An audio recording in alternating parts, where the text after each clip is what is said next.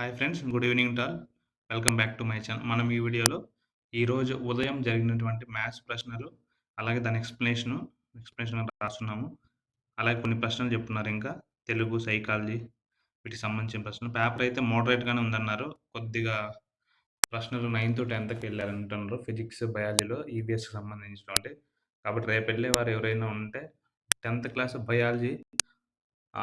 ఎక్కడైనా one line questions ఉంటాయి గదా! ఎక్కడైనా పీడీఎఫ్ మెటీరియల్స్ గాని ఏమైనా దొరికితే అది చూసుకొని ఎళ్ళడం మంచిది. ఏదైనా టేబుల్స్ ఉన్నా ఆ 10థ్ బయాలజీలో చూసుకొని ఎళ్ళండి. సైకాలజీ అయితే యాస్ యూజువల్‌గా కొంచెం ఈజీగానే వస్తాంది. కాబట్టి సైకాలజీ గురించి ఏమి ఇబ్బంది పడాల్సిన అవసరం లేదు. 1 ఆర్ 2 క్వెషన్స్ అయితే కొంచెం కష్టంగానే ఇస్తన్నారు. అంతే తప్ప మిగిలిన 28 ప్రశ్నలు సైకాలజీలో ఈజీగానే ఇస్తన్నారు. తర్వాతేంటంటే, ఈ ప్రకృతి, వికృతులు, నానార్థాలు, పర్యాయపదాలున్నాయి గదా! ఇవి టెక్స్ట్ బుక్ బ్యాక్ సైడ్ చూసుకెళ్ళండి. తర్వాతేంటంటే, పొడుపు కథలు గాని చూసుకొని ఎళ్ళండి. ఓకే. చాలా మంది చూస్తున్నారు గానీ, మన ఛానెల్ సబ్స్క్రైబ్ చేసుకోవట్లేదు. తప్పకుండా సబ్స్క్రైబ్ జేసుకోండి. మీకు డీఎస్‌కి గాని మరిన్ని మంచి వీడియోలయితే చేయడం జరుగుతుంది. అలాగే ఫస్ట్ ప్రశ్న చూద్దాం. 25.65 ప్లస్ 9.005 ప్లస్ 3.7 అని చెప్పి ప్రశ్న చెప్పున్నారు. బట్ ప్రశ్న ఇక్కడ యాక్యురేట్‌గా ఉండదు కాబట్టి, ఇదని చెప్పి మీరు ఫిక్స్ అవ్వాల్సిన అవసరం లేదు. దీనికి సమాధానం చూద్దాం. నేను జస్ట్ ఇది కూడిక మాత్రమే. చూడండి దీనికి సరైన సమాధానం ఏంటంటే 38.355 38.355 అయితే సరైన సమాధానం అవుతుంది. అలాగే నెక్స్ట్ రెండో క్వెషన్ ఏంటంటే సమాంతర చతుర్భుజం నిర్వచించుటకు కావాల్సిన కనీస కొలతలున్నారు. ఇది చాలా చాలా ఇంపార్టెంట్. నేను లాస్ట్ వీడియోలో గాని చెప్పినట్లున్నాను. ఇక్కడ చూద్దాం. చతురస్రంకి చతురస్రంకి 1, దీర్ఘచతురం 2, రాంబస్ 2, సమాంతర చతుర్భుజం 3, క్వాడ్రిలేటరల్ చతుర్భుజంకి 5, త్రిభుజంకి 5 అనమాట. కాబట్టి గుర్తుపెట్టుకోండి. నెక్స్ట్ సెషన్‌లో ఎవరికొకరికి వచ్చే అవకాశం. అలాగే సౌష్ఠవాక్షాలు ఉన్నాయి కదా! సౌష్ఠవాక్షాలు దీర్ఘచతురంకి ఎన్నుంటాయి, చతురస్రంకి ఎన్నుంటాయి, రాంబస్‌కి ఎన్నుంటాయి, తర్వాత అలాగే వృత్తానికి ఎన్నుంటాయి. ఇవి గాని చూసుకెళ్ళండి ఒకసారైతే. మళ్ళీ తర్వాతైతే నెక్స్ట్ పూరక సంబంధించిన నేను చెప్పున్నాను. అది ఈరోజు ప్రశ్న అయితే రావడం జరిగింది. అలాగే మూడో ప్రశ్న చూద్దాం. 2 సంఖ్యల భేదం 7, రెండవ సంఖ్యకి 6 రెట్లు మరియు మొదటి సంఖ్యల మొత్తం 77 అయిన పెద్ద సంఖ్య ఏదన్నారు? ఇక్కడ చూస్తే దీనికి సరైన సమాధానం ఏంటంటే 70 అన్నమాట చూస్తే. భేదం వచ్చి -7 అవుతుంది. ఎన్ని రెట్లు అంటే 6 రెట్లు ఉంది కాబట్టి 6y + x = 77 అవుతుంది. మళ్ళా 6y ఇంటూ 77 చేస్తే మొత్తం 7 వైస్ వస్తాయి కాబట్టి ఈ 7 ఇటు పక్క తీసుకొస్తే మైనస్ అవుతుంది. y = 70/7 అయితే y వాల్యూ ఎంత అవుతుందంటే 10 అవుతుంది. x = 10 + 7 = 7 అయితే అవుతుందన్నమాట. దీనికి సరైన సమాధానం ఏంటంటే ఇదే క్వెషన్ ఎగ్జాక్ట్‌గా ఇదే అయితే 17 అయితే అవుతుంది. అలాగే నెక్స్ట్ చూస్తే ఒక త్రిభుజంలో ఎత్తు భూమి కన్నా 2 రెట్లు కలదు. త్రిభుజ వైశాల్యం 324 అయితే భూమి పొడవు ఎంత అని చెప్పి అయితే అడుగున్నారు. దీన్ని చూద్దాం. త్రిభుజ వైశాల్యం ఫార్ములా ఏంటంటే 1/2 ఆఫ్ బీహెచ్ కాబట్టి వైశాల్యం ఎంత 324 అన్నారు. 1/2 ఇంటూ బి ఇంటూ 2బి ఇక్కడ 2 క్యాన్సిల్ అవుతుంది. అప్పుడు ఏంటంటే బి స్క్వేర్ మిగులుతుంది కాబట్టి బి స్క్వేర్ ఈక్వల్ టు 324 అయినప్పుడు బి ఈక్వల్ టు ఎంత అవుతుందంటే 18 అవుతుంది. 2 రెట్లు ఉంది కాబట్టి హెచ్ ఈక్వల్ టు 2 ఇంటూ 18 అంటే 36 అయితే ఆన్సర్ అవుతుందన్నమాట. బి ఎంత అవుతుందంటే భూమి అనేది 18 అయితే అవుతుందన్నమాట.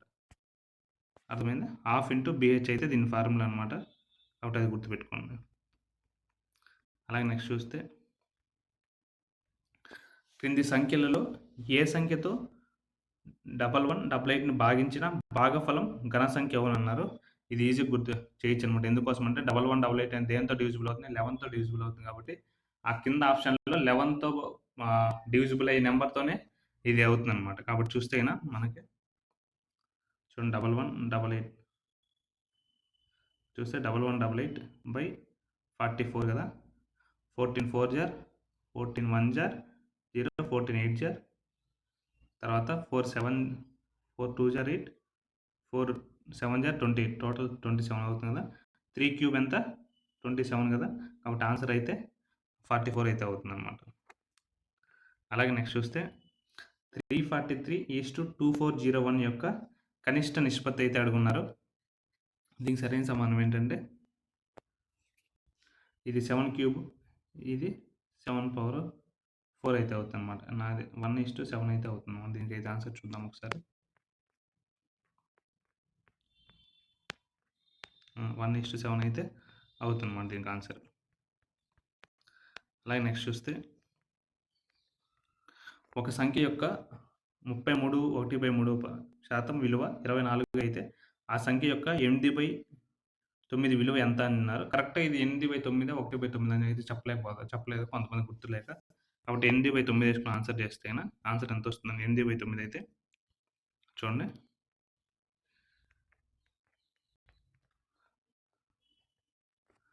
33 1/3 అంటే దాని మీనింగ్ ఏంటంటే 100/3 కదా! 100/3 ఇంటూ 100/3 చేస్తే దీని వాల్యూ ఎంతంటే 1/3 అవుతుందన్నమాట. 33 1/3 33% మనము 1/3గా మార్చుకోవచ్చనమాట. ఎంత 1/3 అయితే దాని వాల్యూ ఎంత అంటే 24 అవుతుంది కదా! అప్పుడేంటో 380 అవుతుంది. ఒక భాగం ఎంత అవుతుంది? 8 అవుతుందన్నమాట. ఓకేనా? కాదు. ఆగండి ఒక్క నిమిషం. హ్మ్. 1/3 ఇంటూ x ఈక్వల్ టు 24 అవుతుంది. ఆ x ఇటు పక్కొచ్చేస్తే 24 ఇంటూ 3 దాని వాల్యూ ఎంత అవుతుందంటే 72 అవుతుందన్నమాట. ఎంత? 72 అయితే అవుతుందన్నమాట. మళ్ళీ 8/9లో ఎంత అనమాట అంటారు 72. 9 8 8 64 అయితే సరైన సమాధానం అవుతుంది. అలాగే నెక్స్ట్ ప్రశ్న చూద్దాం. పూరకోణం యొక్క 3x - 8² ఇక్కడ చూడండి వ్యాప్తి ఇచ్చారు. నెక్స్ట్ ఈ క్వెషన్ ఎక్స్‌ప్లనేషన్ రాయలేదు టైం లేక. 135-2025 సంఖ్య మొత్తం ఎంత అని అడుగున్నారు. నెక్స్ట్ చూస్తే వ్యాప్తి 10, 8, 9, 44, 72 వ్యాప్తి అన్నారు. వ్యాప్తి రేంజ్ ఎక్కువ ఏంటంటే హైయెస్ట్ వాల్యూని లోయెస్ట్ వాల్యూ సబ్ట్రాక్ట్ చేయడం అనమాట. నెక్స్ట్ చూస్తే పూరక కోణం, సంపూరక కోణం గురించి అయితే ప్రశ్న దీని నుంచి మళ్ళీ రిపీటెడ్‌గా ప్రశ్న వచ్చే అవకాశం ఉంటుంది. కాబట్టి పూరక కోణం, సంపూరక కోణం అయితే చూసుకెళ్ళండి. అలాగే ప్రకృతి వికృతుల నుంచి చెప్పాను కదా! టెక్స్ట్ బుక్ బ్యాక్ సైడ్ ఉన్నవైతే కంప్లీట్‌గా బట్టి కొట్టుకెళ్ళండి. నైట్‌కైనా బట్టి కొట్టుకెళ్ళండి సరిపోతుంది. నెక్స్ట్ మాయా కంబలి ప్రతి పాఠం యొక్క ఇతివృత్తము స్టార్టింగ్‌లోనే మన టెలిగ్రామ్ ఛానెల్‌లో అవన్నీ పోస్ట్ చేస్తున్నాం. అవన్నీ చూసుకెళ్ళండి. అలాగే నెక్స్ట్ ఐసీటీకి సంబంధించి చాలామంది మెటీరియల్ అడుగుతున్నారు. గ్రూప్‌లో మెటీరియల్ ఉంది ఐసీటీకి సంబంధించినటువంటి ఫైల్స్‌లోకెళ్తే ఉంటుందన్నమాట ఐసీటీ పీడీఎఫ్ అనేది. నెక్స్ట్ మాతృభావన గురించి ఏదో అడుగున్నారంట. సాంఘికీకరణం డ్రాఫ్ట్ కాపీలోంచి ప్రశ్నలు కంటిన్యూస్‌గా డ్రాఫ్ట్ కాపీలోంచి ప్రశ్నలు అడుగుతున్నారు. ఆ డ్రాఫ్ట్ కాపీ చూసుకుంటే సరిపోతుంది. ఎరిక్సన్ సిద్ధాంతం, అలాగే సంఘర్షణ రకాల్లో ప్రశ్న అడుగున్నారంట. భాషా వికాసం, మిక్సోయిడమ, చింతా దీక్షితులు, అభ్యసన బదలాయింపు, అభ్యసన వక్రరేఖలు, అలాగే ఏంటంటే మనోవిశ్లేషణ సిద్ధాంతం. ఈ మనోవిశ్లేషణ సిద్ధాంతం గురించి మనం ఒక పోస్టర్ రెడీ చేసి మన కమ్యూనిటీ పెట్టినాము. యాజ్ ఇట్ ఈజ్ అక్కడి నుంచి ఒక ప్రశ్న రావడం జరిగింది. ఇక్కడ ఎన్ని దశలు ఉంటాయంటే దీన్ని ప్రతిపాదించింది సిగ్మండ్ ఫ్రాయిడ్ అనమాట. అయితే రచనలు అయితే డ్రీమ్ అనాలిసిస్. అలాగే దీంట్లో చూద్దాం ఏమేమి ఉంటాయంటే మౌఖిక,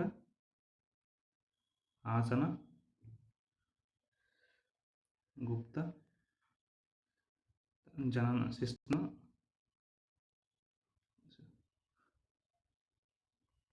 జననాంగ దశ ఉంటుంది. అలాగే ఇడ్, ఈగో, సూపర్ ఈగో అయితే ఉంటాయన్నమాట. వీటి గురించి అయితే చూసుకెళ్ళండి. తప్పకుండా ప్రశ్న వచ్చే అవకాశం ఉంటుంది. అలాగే ఎలక్ట్రా కాంప్లెక్స్ ఎక్కడుంటే ఎలక్ట్రా కాంప్లెక్స్ ఎక్కడుంటుంది చూసుకోండి. నెక్స్ట్ తాదాత్మీకరణం, అంతరీకరణం ఎక్కడుంటుంది చూసుకోండి. ఈ దశల యొక్క వయస్సులు గాని చూసుకెళ్ళండి ఒకసారి. అలాగే సైకాలజీలో కంటిన్యూగా మీను, మీడియన్ ఫార్ములా అడుగున్నారంట. అది చూసుకోండి. అలాగే ఇక్కడ మ్యాథ్స్‌లో గాని ఏంటంటే ఒక టేబుల్ ఇచ్చేసి ఇది యాక్చువల్‌గా 2018 డీఎస్సీ నుంచి ప్రశ్నలు అడుగుతానన్నారు. ఒక టేబుల్ ఇచ్చేసి దాంట్లో నుంచి సగటు కనుక్కోమంటారంట. ఆ సగటు గురించి గాని ప్రశ్నలు చూసుకెళ్ళండి. నెక్స్ట్ చూస్తే బక్సార్ యుద్ధం ఎప్పుడు జరిగింది? అలాగే మొఘల్ సామ్రాజ్యం పైన ప్రశ్న అడుగున్నారంట. సమాపక, అసమాపక క్రియ గురించి అయితే ప్రశ్న అడుగున్నారంట. ఇవి ఈ రోజు వచ్చిన మార్నింగ్ సెషన్‌లో వచ్చినటువంటి ప్రశ్నలు. ఆఫ్టర్‌నూన్ వచ్చిన ప్రశ్నలు మన టెలిగ్రామ్ ఛానెల్‌లో పోస్ట్ చేయడం జరుగుతుంది. అక్కడి నుంచి చూసుకోగలరు. టైం వేస్ట్ చేసుకోకుండా కంప్లీట్‌గా కాన్సెప్ట్ పైన అవగాహన తెచ్చుకొని ప్రిపేర్ అవ్వగలరు. రేపు ఎగ్జామ్ రాసే వాళ్ళందరికీ all the best. Thank you for watching.